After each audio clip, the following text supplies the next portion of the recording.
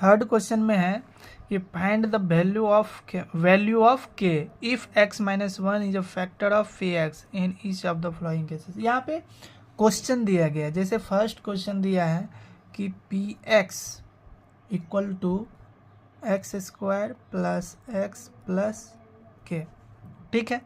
तो ये दिया गया है, तो आपको इसमें एक्स के का वैल्यू फाइंड आउट करना है, के का वैल्यू फाइंड आउट करना है। जैसे कि वैल्यू यहाँ पे x माइनस वन क्या दिया है, फैक्टर है पी एक्स का, इसका मतलब हुआ कि x इक्वल टू वन हो जाएगा, ठीक है।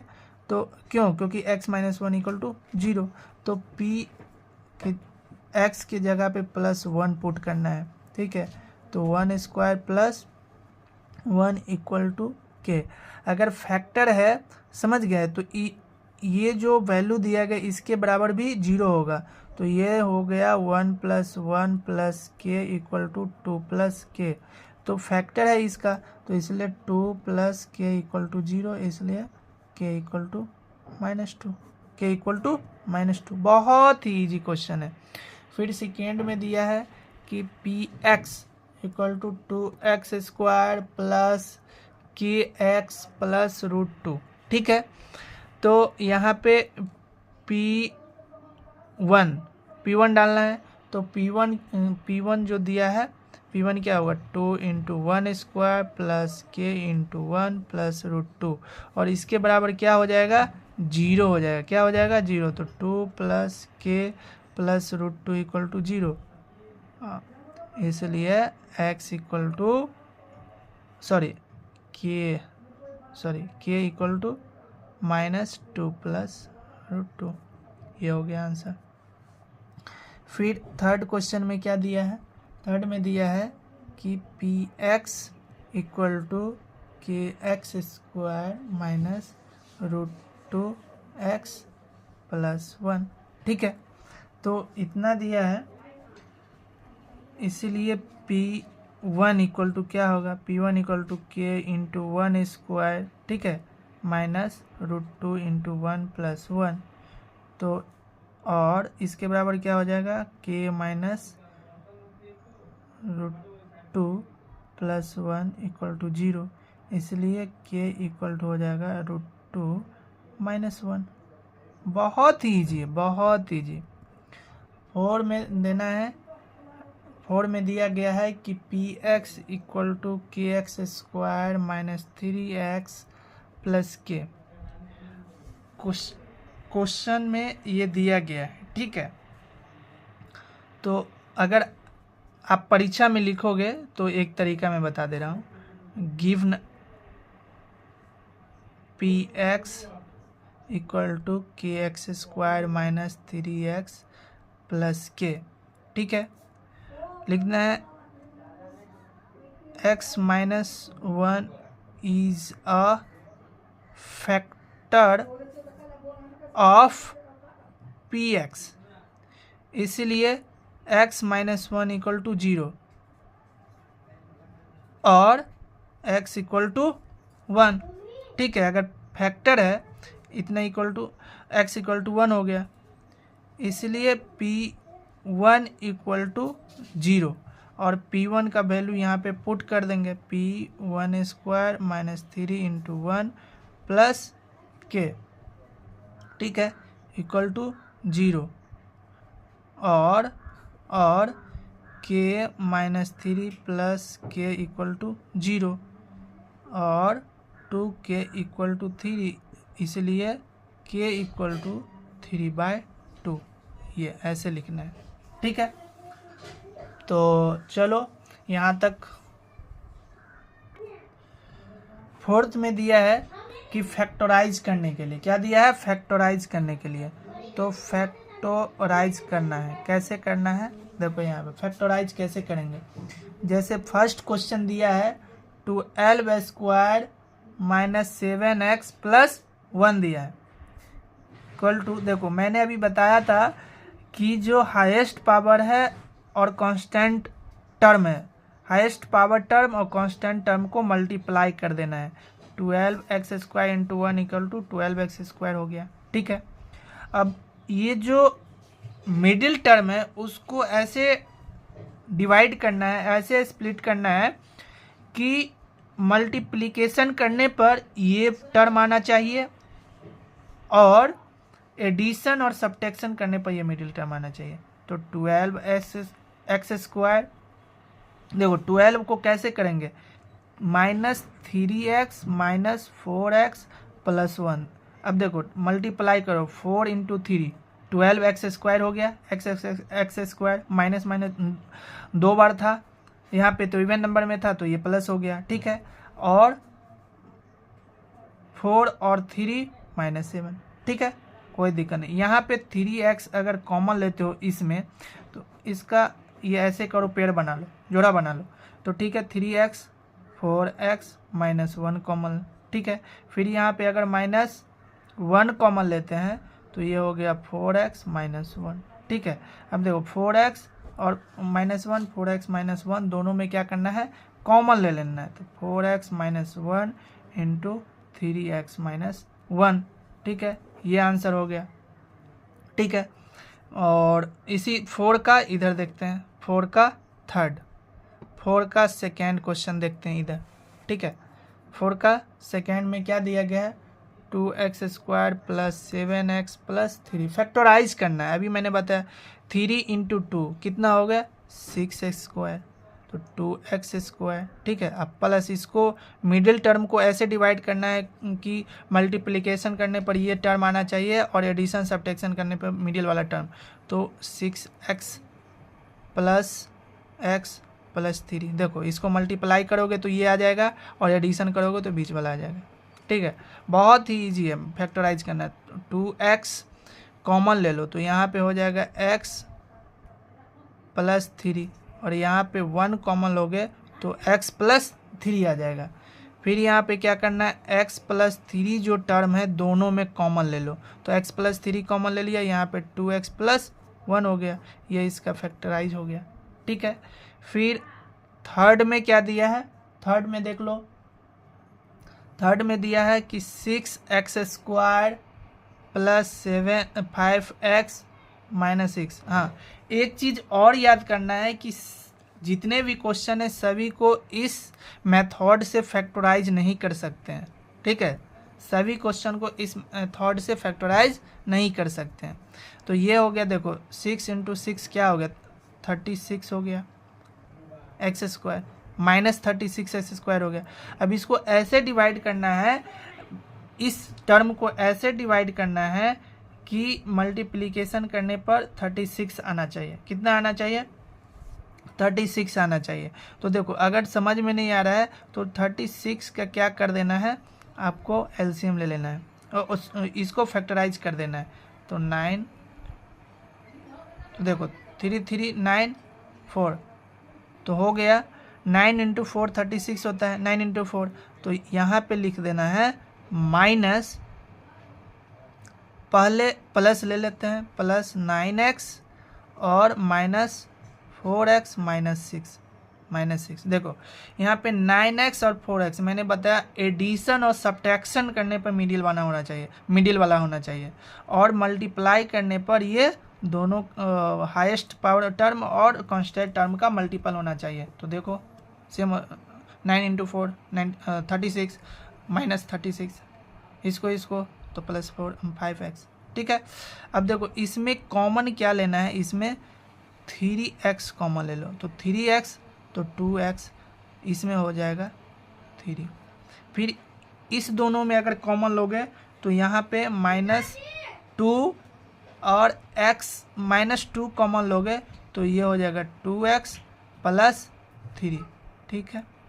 अब इसमें इन दोनों टर्म में 2x + 3 कॉमन ले लो, तो 2x + 3 कॉमन ले लिया यहाँ से, यहाँ पे बचा 3x और यहाँ पे -2, ठीक है। ये आंसर हो गया आपका, ठीक है।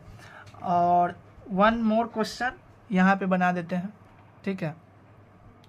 4 में ये दिया है कि 3x² -x -4, फिर फैक्टराइज करो, इसको मल्टीप्लाई करने के बाद देखो यहाँ हो गया -4x, ये हो गया +3x -4, ठीक है। यहाँ पे x कॉमन लोगे तो 3x हो गया और यहाँ पे -4 हो गया, यहाँ पे 1 कॉमन लोगे तो 3x - 4 हो गया, ठीक है। और यहाँ पे दोनों में 3x - 4 कॉमन लेना है तो यहाँ पे हो जाएगा x + 1, ठीक है। ये आंसर हो गया। अब हम नेक्स्ट क्वेश्चन 5वां देखते हैं कैसे बनता है। चलो 5th क्वेश्चन देखते हैं। 5th में भी दिया गया है फैक्टराइज करना है। क्या करना है? फैक्टराइज। तो इसमें भी फर्स्ट क्वेश्चन दिया गया है कि x³ - 2x² -x + 2 दिया है, ठीक है। तो फैक्टराइज करना है तो फर्स्ट टर्म और लास्ट टर्म को मेन ध्यान में रखना है, ठीक है। तो ये हो गया x³, ठीक है, और यहाँ पे 2 लिख दो। तो यहाँ पे जो दिया गया इसका मतलब होगा कि यहाँ पे माइनस में है तो -2x कर दो, ठीक है। पहले यहाँ पे, फिर यहाँ पे दिया गया है तो x³ इसका मतलब है कि माइनस जो होगा x² में होगा, तभी यहाँ उसी तरीक़ा से ये कॉमन आएगा। फिर -x², यहाँ पे -2 तो ले चुके हैं पहले, तो इसका मतलब होगा कि यहाँ पे +x होगा। क्या होगा? +x। तो देखो -2x और x -x -x तो ये अब पेयर बना लो और इसमें कॉमन ले लो। तो इसमें x² कॉमन ले लिया तो इसमें बचा x - 1। फिर इसमें अगर कॉमन लेते हो माइनस, क्या लेना है? -x लेना है, तो ये हो गया x और इसमें -1। देखो -x × x -x² -x × -1 +x। फिर इसमें लेना है -2 कॉमन लेना है तो x - 1 हो गया। अब देखो इस तीनों में x - 1 जो हो गया, क्या हो गया? कॉमन हो गया। तो ये हो गया x² - x - 2। अब क्या करना है? x - 1 कॉमन ले लो। फिर इसमें देखो, इसको भी फैक्टराइज करो तो x² ये हो गया +x - 2x - 2, ठीक है। इसमें हो गया x - 1, इसमें कॉमन लोगे तो हो जाएगा, क्या हो गया? x, ठीक है, x। तो x + 1 इसमें और इसमें कॉमन ले लो, इसमें -2 कॉमन ले लो तो x + 1, ठीक है। अब ये हो गया x - 1 और इसमें क्या कॉमन लेंगे? x + 1। फिर तो x + 1, यहाँ पे बचा x - 2, ये कॉमन। मेन देखना है कि ये फर्स्ट टर्म और लास्ट टर्म क्या है और बाकी टर्म को क्या करना है, ऐसे डिवाइड करना है, ठीक है। और अब सेकेंड क्वेश्चन में देखते हैं क्या है। सेकेंड क्वेश्चन है कि x³ - 3x² -9x -5, ठीक है। तो इसमें फिर क्या देना है? फर्स्ट टर्म और लास्ट टर्म, तो x³ देना है। फिर यहाँ पे माइनस है तो -5। अब इसको, इन दोनों को अब डिवाइड करना है तो माइनस, इसका मतलब होगा कि यहाँ पे 5x समथिंग होगा, ठीक है। तो माइनस में दोगे, ठीक है, क्योंकि यहाँ पर भी है। तो यहाँ पे क्या बचा? अब 4, तो फिर -4x कर दो। फिर यहाँ पे देखो, यहाँ पे 4x है तो इसका मतलब यहाँ पे है कि माइनस में 4 आना चाहिए। कितना आना चाहिए? x², तभी तो ये दोनों कॉमन आएगा। फिर अब यहाँ पे -4 ले लिए तो यहाँ पे कितना बचा? x, तो ये x² और यहाँ पे प्लस कर दो, प्लस। देखो अभी यहाँ पे इसको पेयर बना लो, ठीक है। तो यहाँ पे पेयर बना लिया तो x² कॉमन ले लिया इसमें तो x + 1। फिर इसमें -4x कॉमन ले लिया तो इसमें हो गया x और इसमें हो गया 1। फिर इसमें -5 कॉमन ले लिया तो x + 1। देखो अब इसमें x + 1 कॉमन है तो x + 1 क्या करना है? कॉमन ले लेना है सबसे। फिर यहाँ पे बचा x² -4x -5, ठीक है। फिर x + 1 करना है और इसमें क्या करना है? फैक्टर करना है। क्या करना है? फैक्टर करना है। फिर यहाँ पे क्या करना है? +x - 5x - 5 करना है।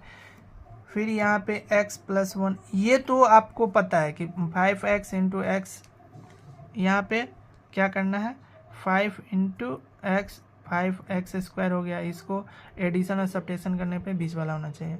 अब यहाँ पे x फिर कॉमन ले लो तो यहाँ पे x प्लस 1 हो गया, तो यहाँ पर फिर ये कॉमन ले लिया, फिर यहाँ पे -5 कॉमन लेते हैं तो x प्लस 1 हो गया। ठीक है, लास्ट स्टेप है, तो x प्लस 1 यहाँ पे डायरेक्टली लिख देता हूँ, फिर इसमें कॉमन लेंगे तो x प्लस 1 हो गया और यहाँ पे x माइनस 5। ठीक है, ऐसे करके बनाना है। मैंने फर्स्ट टर्म और लास्ट टर्म को माइंड में याद रखना है। फिर थर्ड में देखते हैं, थर्ड में क्या दिया है, x³ plus 13x² plus 32x plus 20।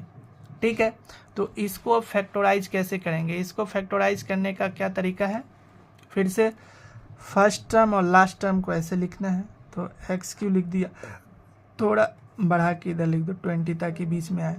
फिर अब देखो यहाँ 20 है, इसका मतलब है कि इसको डिवाइड करोगे तो 20 समथिंग आना चाहिए, तो 20x, तो यहाँ प्लस में ही है तो यहाँ पे तो कोई दिक्कत ही नहीं है, 12x कर दो, 12x प्लस 20, ये 32x हो गया। ठीक है, इसको कोई दिक्कत नहीं है। फिर प्लस यहाँ पे देखो 13 है, तो अब देखो यहाँ पे और दिक्कत नहीं है, 12x² कर दिया, फिर यहाँ पे प्लस कर दो, फिर यहाँ पे एक ही बचा तो x² कर दो, कोई दिक्कत ही नहीं है, प्लस कर दो। ठीक है, x³ प्लस x² प्लस, अब देखो पेयर बना लो, इसको पेयर बना लो और कॉमन ले लो, तो इसमें x² कॉमन ले लिया तो x बचा और इसमें 1 बचा।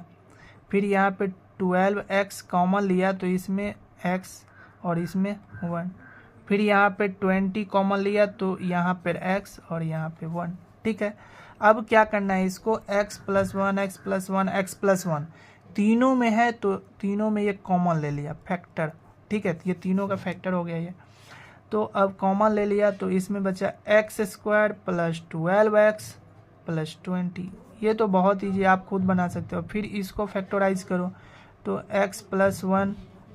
ठीक है, इसको फैक्टराइज करोगे तो यहाँ पे हो गया x² plus 4x plus, sorry गलती हो गया, यहाँ पे 10x ले लो, क्या करना है 10x प्लस 2x, तो इसको मल्टीप्लाई करोगे 20 और इसको ऐड करोगे तो 12x हो गया।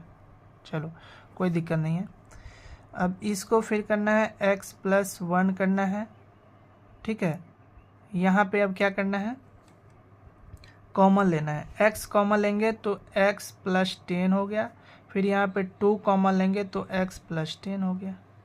ठीक है, अब यहाँ पे x प्लस, यहाँ पर x प्लस 1 कॉमन ले लिया, इसमें x प्लस 10 ले लिया तो x plus 10 into x plus 2 बच गया।